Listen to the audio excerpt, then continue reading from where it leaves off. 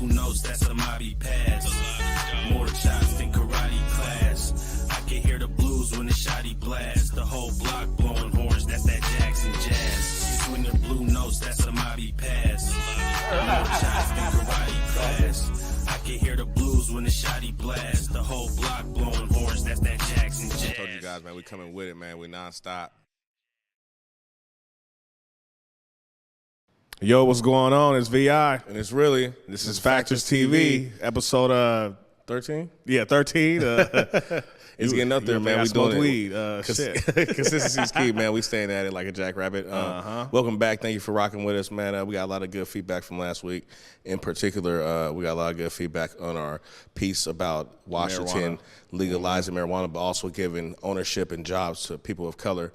Appreciate everyone that either sent old stuff in or the Converge platform or just commented on any one of the platforms and hit me and Ronnel directly because we both got messages of people that was happy about it and wanted to see see us talk about it more. But excuse me. So appreciate everybody reaching out last week, man. We had great feedback. You know, we're gonna keep it going. It's a new episode. We got a lot of great topics, man.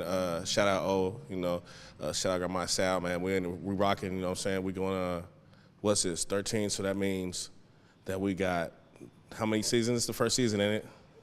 Man, who knows? It's been a year, so I think. I'm trying to figure it out. I don't know. I'm not going to lie to you. Because we got to celebrate, man. That's what I'm trying to make sure we're going to celebrate, man. This is a milestone. Well, let's get it figured out first, because I don't know. I'm not even going to lie to you. We just been at it, you know? That's it. Okay, man. What's up, man? What you been doing this past week? What you been wrong? Nothing at life. Moving, I hate moving. Told myself I was going to hire movers, didn't. Slept for 2 days afterwards. Dog's pregnant. Like I said the last time, I'm just waiting on that. They're only pregnant for 2 months, so it'll be soon. That's really moving was really it for me this week, man. Wore out. Cussed out the old property manager because he told me he's not gonna prorate me for my rent moving out early, but talking about can I come show somebody the place, the townhome? No, you gotta wait till I'm out, chump. What are you talking about? So yeah, that's how my week went. What's going on with you? Nothing much. Had my girls, man. We was hanging out, man. We went to round one. We went down to the water. Man, is that place expensive? Ducks. It's hella expensive. See, yeah, it is. I ain't gonna hold you, man. They are in there wop bop blue bopping. Yeah, we had a great time though. They had a great time. Chuck E. Cheese all day, baby. Chuck E. Cheese, man. We done forgot about the hood, but no, we had a great time, man. Just hung with my babies, man. Make sure they know that all the time Daddy loves them. We had a great weekend, so just getting back to the basics, man. Getting ready for the school break to be over. I'm back on the 28th, finishing this business and management AA. So just trying to stay solid and not salad. That's about dope, it, man. Congrats, man. That's dope because I can't force myself to go back to school. I can't, so that's dope. You know, for real. Seriously. It's not. I'm not gonna say it's easy, but I think it's doable. Going back to school is doable, man. It's doable. Just what you want to do. I just don't want to do it, but it's doable for sure. Much respect. So what you got? What we got going on today, man? I want to start off talking about. I want to talk about a man named a Jamaican man because in the news they want to call him Jamaican immigrant to disassociate him from the United States, but he's a Jamaican man who lives in the United States. Peter Spencer out of Pennsylvania. He was on a camping trip at a cabin with all white men, and for some reason he was the only one who was killed. He was shot 9 times, and they just basically said no charges were going to be pressed. It was in self-defense, and that basically everybody was on shrooms and weed, and he was upset about a bonfire not being big enough, so he grabbed the AK-47 and told everybody to get on the ground. It don't make any sense. I'm sick of it. This is the second or third, 10th thing that's happened like this. The black woman also who died on the trip with nigga, please. Yeah, you know. So I'm just sick of how things goes when it comes to black people and being murdered. You know, especially by white counterparts. In mysterious situations. When it comes to this situation, to the lady that went on a skiing trip with all her white friends, she died. The young black boy in high school who was found rolled up in a gym mat. He died, and it's just all types of situations where it's so mysterious, and there's so many times that as black people, it just goes under the rug. It takes the hood or damn near a YouTube reporter to kind of, you know what I'm saying, solve something or give clues to it or give light to it. The young girl that disappeared in the hotel was found in the freezer. It took the damn internet to figure that out. It's just crazy how the authorities and law enforcement treat us and it's like we're animals. It's like, okay, it's just a life, another black life. It doesn't matter. Instead of saying this is a human being who had heart, who had feelings, who had family. Let's figure this out. Because I'm pretty sure it's more than that. And when you have 7 people saying one person did something, they're obviously going to say that, you know, he was in the wrong, it was self-defense, when he's not able to, you know, tell his side of the story. So that's very, very disheartening, and I'm sending love to his family because I don't know how I would feel in that situation, knowing that I trusted my baby to go somewhere, my brother to go somewhere with these people, and something happens to him. So hopefully there's more light shed on that and they reopen that case, because there's no way you just say nobody's in charge, nobody is going to be held accountable, especially when it comes to someone selling drugs or something. You get charged with that becomes you. That's on your conscience. That's on your record. Why is it like this with these people? Why is everybody doing drugs and it's not okay, but it's okay for them to be scot-free of a murder during that time? It just doesn't make no sense. And I think as a people, we know it and we see it. We're just tired of it because it's just another situation that people are going to try to brush under the rug. And, you know, we're over that. I think it's a rebellious time that we're in and coming, for real. No, yeah. That's why I just want to speak on it, because we all know Black media matters, and I wanted to speak from our point of view and create our own narrative. Because like I said in the beginning, you know, they do their best to disassociate a person, you know, from being a human. You know, he was a Jamaican immigrant. Why is that the headline? You know, he was Jamaican. If any, Europeans are immigrants. Like, reporters be wondering why they be getting served the bad news, bro. Slapped up, beat down. Like, it makes no sense. So, Bob upside the head, because there's no way he's just a Jamaican immigrant, bro. That's like he was a person, human being with rights. Life. He was a life with a soul. And and his rights were violated. So I wanted to speak on that and bring light to it if nobody heard about it, or, you know, just to give our own spin on it, because like I said, they're trying to do him a disservice, saying it's self-defense, no charges going to be pressed. And everybody was on drugs. Everybody's, you know, in any other situation, when it's a black person or something like that, you know they put that on who they're with. You're going to jail for drugs too. You're an accessory. That's, you know, and that's just how it goes. But in this certain situation, it's just, I hate it for us. I definitely hate it for this young man who went outside not thinking he was going to make it back home to his family by hanging out with people that he trusted with himself. So sending him love and light, praying for himself and his family, and hoping that they will reopen the case. If not, give it more light, because it deserves so much more attention than what they're talking about. He deserves much more than that. Staying on topic with our fellow Jamaicans, the Prince Williams and the Duchess Katie, they took a trip to Jamaica and basically was shunned. Like, get out, go somewhere, we don't want you here. They're demanding reparations, you know, from, you know, that whole side of when they were when they were colonized and, you know, under control and enslaved by I want to say it's England. No, England or Britain is one of those, you know, because it's Prince William and all them. So, but yeah, basically they went there, you know, trying to show, you know, good faith, and they're like, we don't care about none of that. Like, you know, we need reparations, and I believe, you know, that's due for so many peoples across so many nations across the world, United States, blacks, indigenous natives who have, I believe, 70, 80 peace treaties that still haven't been fulfilled when it comes to their land. The Tasmanian people of Australia who were, you know, killed, you know, in masses, you know, by whites. The Aztecs, I mean, even people who are descendants of those who have been in the U.S., like even in Seattle, who've gone through different things and stuff. It's definitely a real problem here. But I think that them traveling back there is kind of being out of touch. The world, especially since the pandemic, the world has been open as far as thoughts, as far as independent. You know what I'm saying? People want to be independent. People want to govern themselves. I think the world is just coming to a time with the pandemic of it's been happening, and nobody wants to be what they were as far as the history. We want the light to be shed on it. We want things to be known. So they're probably coming back like, you guys act like you guys done made it. We sick of that. No, tired. And then if you go back and look at history, just like they did here when slavery ended, Britain, what they did was when they ended slavery, they like gave, you know, payments to the slave owners, you know, for their loss of, you know, gain, what they were going to make, for their future just like profit. They did here, you know, like they gave land and money to slave owners who, you know, lost their slaves. So it's just like we don't know where, you know, it begins, but where does it end? You know, where your life means something, where, you know, your people are looked after. You know, so many ways they've tried to disenfranchise us. kill us off, genocide, so many ways, and it's just like, when does it stop? When they say, hey, let's just make sure that these people are taken care of.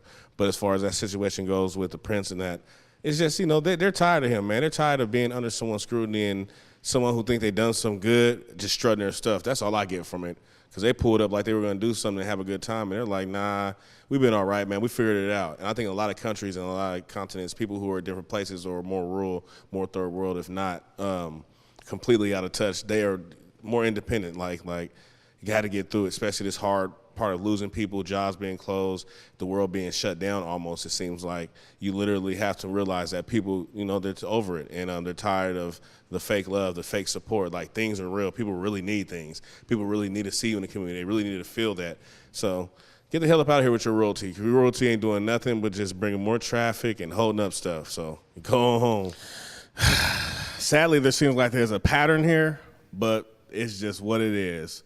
Wells Fargo is most recently in the news because in 2020, they turned down 53% of black applications, for home ownership. Man, they've been turned down there. Oh yeah, it says that they were more likely to pass a white person who earned $0 to $60,000 a year, and turn down a black person who earned $120,000 to $300,000 a year for a home loan, which is sick. It's not a pattern.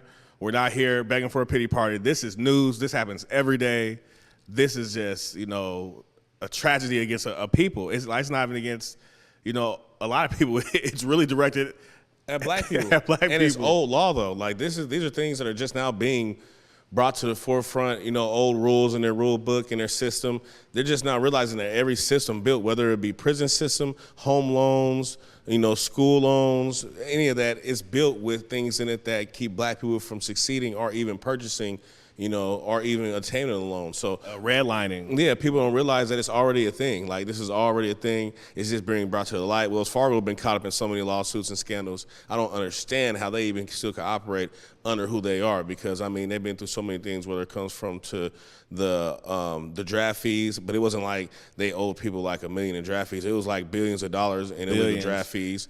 And I want to say, they was opening fake accounts because you get a percentage from the federal government for if you open a certain amount of accounts. And so they got caught up with that. And now they're just blatantly getting caught up with not 20%, not 35, not 40, but 53% of black home loans that were applied for were turned down. So it's just blatantly that the system's built, to get over on us, to leave us behind, and then take away from us at the same time. So when does America be like, yeah, man, you niggas gotta be tired. There you go, nigga. Like, when does that happen? Never. Until we start blowing stuff up, then it's, they're militant, you animals, you savages. So angry. Yeah, they're so angry. I am. Damn right we're angry. How pissed off? It was a black engineer with an 800 credit score married to a doctor, and they told this Negro, no, there's no chance for me if I go to apply. Like, what is going on? Like, seriously. Man, help. Send help, please. Please send help. Stupid. Nah, for real. Britney Griner, we spoke on her last week. She immediately after, I think the next day after we spoke about her, she had a court date. Oh, so she there's a visual. There's a visual of her going to court. We got visuals, but they extended her stay, like the hotel. Like, they was like, basically, she'll be here until they sentence her. She can't come home, she can't leave. And that's still a hostage situation, like. No, for sure, especially when you're someone in that status. And I'm not saying people who are exempt from laws and rules, it shouldn't be like that. But at the same time, this is someone who's not from here, probably didn't read a damn book about laws and what's the, etiquette there, things like that. She's over there to hoop and make money. And she was doing that. But it's unfortunate that she's in that situation and they're pushing it that much of a limit, just making sure to know she is in trouble and that she'll never do this again. But hopefully when they sentence her, they'll just be suspended or time served and she'll be able to come home, because the time it is now in Russia is just really dangerous and scary to be in. Like, you're in prison basically in war, You're a prisoner of war. So, like, it was hash in a vape pen. It wasn't crack, it wasn't meth, it wasn't fentanyl. It wasn't heroin. Like, it's crazy. And I know laws are different across the countries, but worlds, it's just, but it's just not right.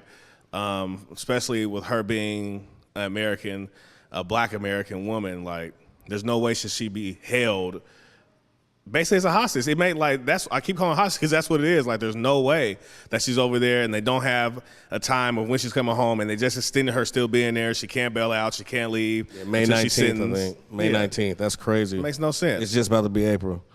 Picture being in a whole other country, man, just locked down. That's disheartening. So pray, send love up for her, for sure. Because jail or prison is not a nice situation, no matter who you are. It's for nobody. Damn, it's for nobody. So just send a prayer for Britney Griner and support her and send love. And I'm pretty sure they got people that could write her or something. It has to be something, because I think it would be a shame and also like a statement to America if they just let anything happen to her or something did happen to her. So just send love to her and make sure you cover her in your thoughts and your prayers. All I want to say is they don't give a damn about us. Hey, Michael Jackson was coming with that ish, man. We was just bumping cuts. He was talking in facts, man. Oh, man. He was kicking it like that. Somebody quoted Tupac when he said they got money for wars but can't feed the poor. Boy. We just gave Biden, not we, because we need some money. Biden gave Ukraine $800 million.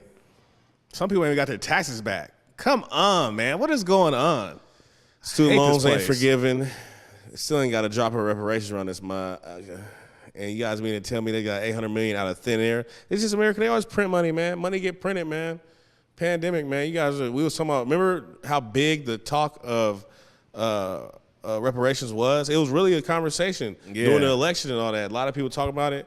Man, pandemic hit, man. They said, we ain't got money for y'all, but we got money for this, and start printing them checks. So. They was signing bill after bill, passing it through, baby. They was making it happen. Money came from nowhere.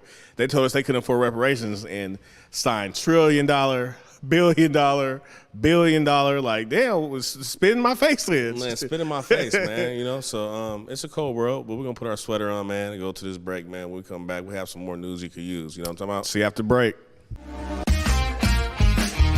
I did it for the city, I did it for the love, I did it for the people, I did it for us. Back on this rap ish, I ain't even broke a sweat, homie, this practice. Pondering my next move, staring at my track list, hope I ain't missing my window. Praying like a Baptist, Seattle's own, tired of this Game of Thrones. They made a list of the best rappers and guess who wasn't on? While the disrespect continues, I'm steady packing these venues.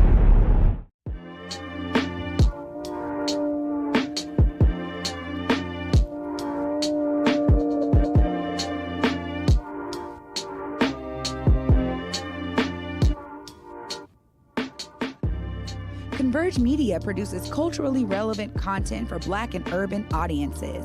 Our coverage is raw, transparent, and objective, praised by community leaders, government officials, and residents.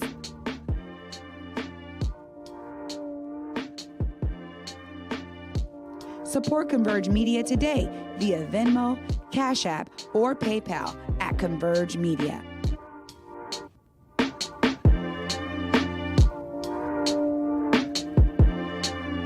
We back at it, man. We still really working. That's all we doing, talking good minutes. I was on Facebook the other day, and someone from here named Roderick Stewart, one of the twins, man, a great basketball player, Rod or alive, man, they're twins, so we get a chance to say we don't know. We get a chance to finally do it. But one of the twins had put up a post saying who their GOAT was from Washington State as a high school hooper and all-around player, going to the league, D1, overseas, whatever it is. And I've heard so many different people say different things. I heard older cats say Chris Fogey, who was the #1 player in the nation at the time in the late 80s at Garfield. I heard my uncle, he loves Smiley. You know, my bro loves Maul C. It's a lot of different people you can say. Me, myself, I love B. Roy, and that's what he said. Twin chose that one. And so we got to talking back and forth on it and just got to really speaking on, like, greatness, like Seattle, the production it's had, the people who come out of it, people playing basketball, you know, the stars that come from this. But B was one of a kind, man. You can't duplicate his game. You can't even compare him. He was something that you get once in a lifetime. They really are like stars born, man. That boy was everything you need in a basketball player, to where the best defensive players always gave him Kobe credit. said it best. Kobe said it. Ron Artest, they both said, hey, man, that's every day, all day, I'm going to give it to Roy, because Roy has no weakness. So that's who he picked, man. That was just a great topic for me, because we forget that there's a lot of size to Seattle.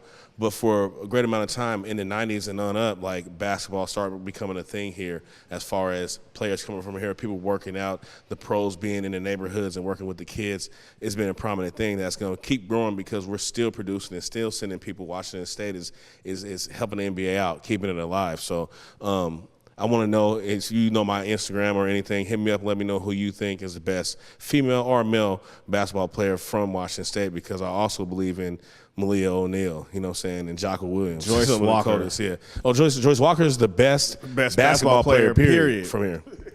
Like, you know, not no gender, not about no certain statistic or a certain era. Like, she's the best basketball player from here at all. Like, only woman make it to the NBA type stuff. Globetrotter, you know, champion. Records at LSU. LSU champion. Records at LSU to this day, like still champion and all. She's the ish. So let me know what you think though, because we do have a lot of people here who are into basketball and who say this and that is their person. And let me know, man. Hit me up and give me your info. I also want to be Roy, and it's just because of what he did, the impact to the game, and what his fellow peers said about him. Like you said, Ron Artest said he's the toughest player to play against when he played against him, and that's a defensive guy. Kobe Bryant said Roy has no weakness 7 days a week.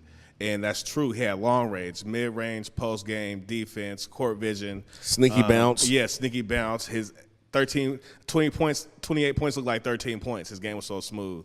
He was one of a kind. He was an all-star. And a lot of people said Jason Terry, and Jason Terry did a lot of things, but also I feel like Jason Terry's accomplishments were more team-oriented, you know, because he has a high school championship. He has a college championship. He has, I think, a gold medal, I'm about to say NBA. So, like, he did this thing, too. But I feel like B-Roy, and then for me, Maul C, because Maul, you know, just longevity, staying at it. And we're going to speak about him next, right? No, man, right now, man, I was going to say, speaking of Maul C, we want to send love to Maul C and say congratulations to you on a great, lengthy career. It was about 20 years in the league. The big dub, man. You came in early, man, fresh out Rainier Beach, man, went to Michigan. I tell people, man, I know the real reason why you got to the league, and people don't even know it. You be trying to be humble, but I know you gave this man buckets at Duke. Duke. It was Jason Williams. Was he there yet, or am I early? What? No, that was when. Go ahead. That was when he played against Duke. He dropped 27. I think he scored like 20-something in the first half, and then he got hurt. I mean, he went to the league off that. Like, they was like, okay, he's torching us. Yeah, one of the coldest since he came in the league, man. I just want to show you love and give you your flowers. Always have, but even in this moment, because you've been not only a great basketball player, but a person off the court, it's unmatched, bro. You help people out. You know, you give advice. All these camps, you see a kid, you give them the shoes off your feet, clothes off your back, always asking them if anybody need anything. And it's thorough. It's not just because I'm saying it or asking you. It's really thorough, and you follow through with things more. I just want to say thank you for being one of the few who represent Seattle and then are still someone around the community who's looked up to, and also you can reach out and talk to. That's not too far without reach, but he's a superstar. So I know you're with Hall of Fame. I'm in the comments at the NBA section and all the different platforms, and it's just Hall of Fame around the board. A lot of people are putting you there, even people who are your peers and people who are still playing. So shout out to you, JC, man. You know, the crossover is going to continue. Man, you're a legendary dude, man. You're legendary to them. You're legendary to us, man. You already know. He's on the scoring list. He's on the 3 points made list. He holds the record for 4-point plays. He holds the record for something else I can't remember right now. But Maul C did a whole bunch of things. And like you said, an even better person. Never acted funny. Like, there was one time I was at the mall, and somebody tapped me on my shoulder, and I'm like, man, who the hell is that? I turn around, it's Maul. He's like, what's good, twin? I'm like, what's good, Maul? You know, but that just goes to, you know, say, you know, he's just a normal human being, even though he's in a position to make millions and be on TV and be a star and, you know, ball out, you know, in front of millions of people. He's still humble and shows love. He was one of the first basketball players doing give backs and haircuts and supplies for kids to go to school. You know, like a lot of people follow suit because Maul was doing it first. So, and even though we lost to Sonics, he kept basketball here with the Pro-Am. Like bringing ballers up here, KD, Kobe Bryant, Kyrie, so many people. Matt Barnes, there's a lot of people that came through here. Stack Jack came through. A lot of people. We got to meet a lot of people because Jamal come back to the town and he shines light in the town, and we love you for that. And once again, man, enjoy retirement. We always give you your flowers. You're getting them now, man. We're going to see you later. I hit you. We talked to it. It's on Twitter, so you go look on Twitter. We already talked about this, man. We're going to get you out your shell, man. Enjoy this retirement. Have a good time. You know what I'm talking about? Speaking of basketball, I want to give a shout out to the NBA draft this year because just like you said, Washington produces. We have 3 players in the lottery this year. And I argue with people all the time about the Metro League and about just Washington State basketball having hoopers. And we got Eason from LSU, went to Garfield. We got Paulo, you know that boy, he go from 1 to 3, you know what I'm saying? And then who else we got? Well, I don't know. I just found out Easton. I didn't, because I never knew what year he went to Garfield. I just figured out. No, he went to Garfield. Yeah, he went going to Garfield and actually know some of his people. Yeah. So that's actually dope, man, that you could just, kind of be a sleeper and then pop out, man. That's the best ever, man, when you level up on them out of nowhere. So shout out to Easton, man. No, yeah, but there's some ballers coming from the town, so shout out to them. You guys are driving the future, creating it. So many players that come before you, but the way the game's changing, now you guys got more control, than ever. So, shout out. Anybody want to shout out any small businesses this week, man? You want to highlight, man? Anybody want to give some flowers to? Nope. Why not, man? It's all love, man. For us, by it's like the engineer's laughing. Got the producer coughing in the background. He's back there laughing. But me, myself, as always, 7 Scale. Shout out, Janae, man. You doing your thing. Proud of you. The love you show me and the business that we have with doing clubs and all that, man. I always show you love. So I'll never stop doing that. And you're really having quality things and doing dope stuff. So 7th Scale Boutique out in Des Moines. Check it out in the same 7th Scale Boutique on Instagram and go hit her up. She got everything for the ladies, or if you're into that type of thing. Into what? Never mind. You guys, we'll see you next week, episode 14. He's a POS. If you're into that. Man, I'm really. PI.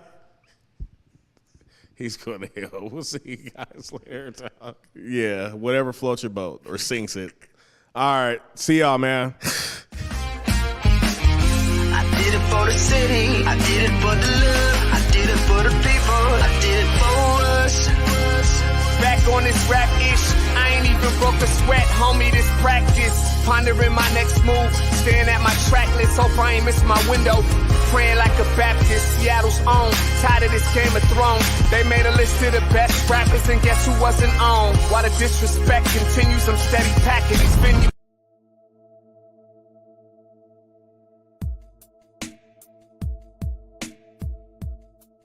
Converge Media produces culturally relevant content for Black and urban audiences. Our coverage is raw, transparent, and objective, praised by community leaders, government officials, and residents. Support Converge Media today via Venmo, Cash App, or PayPal at Converge Media.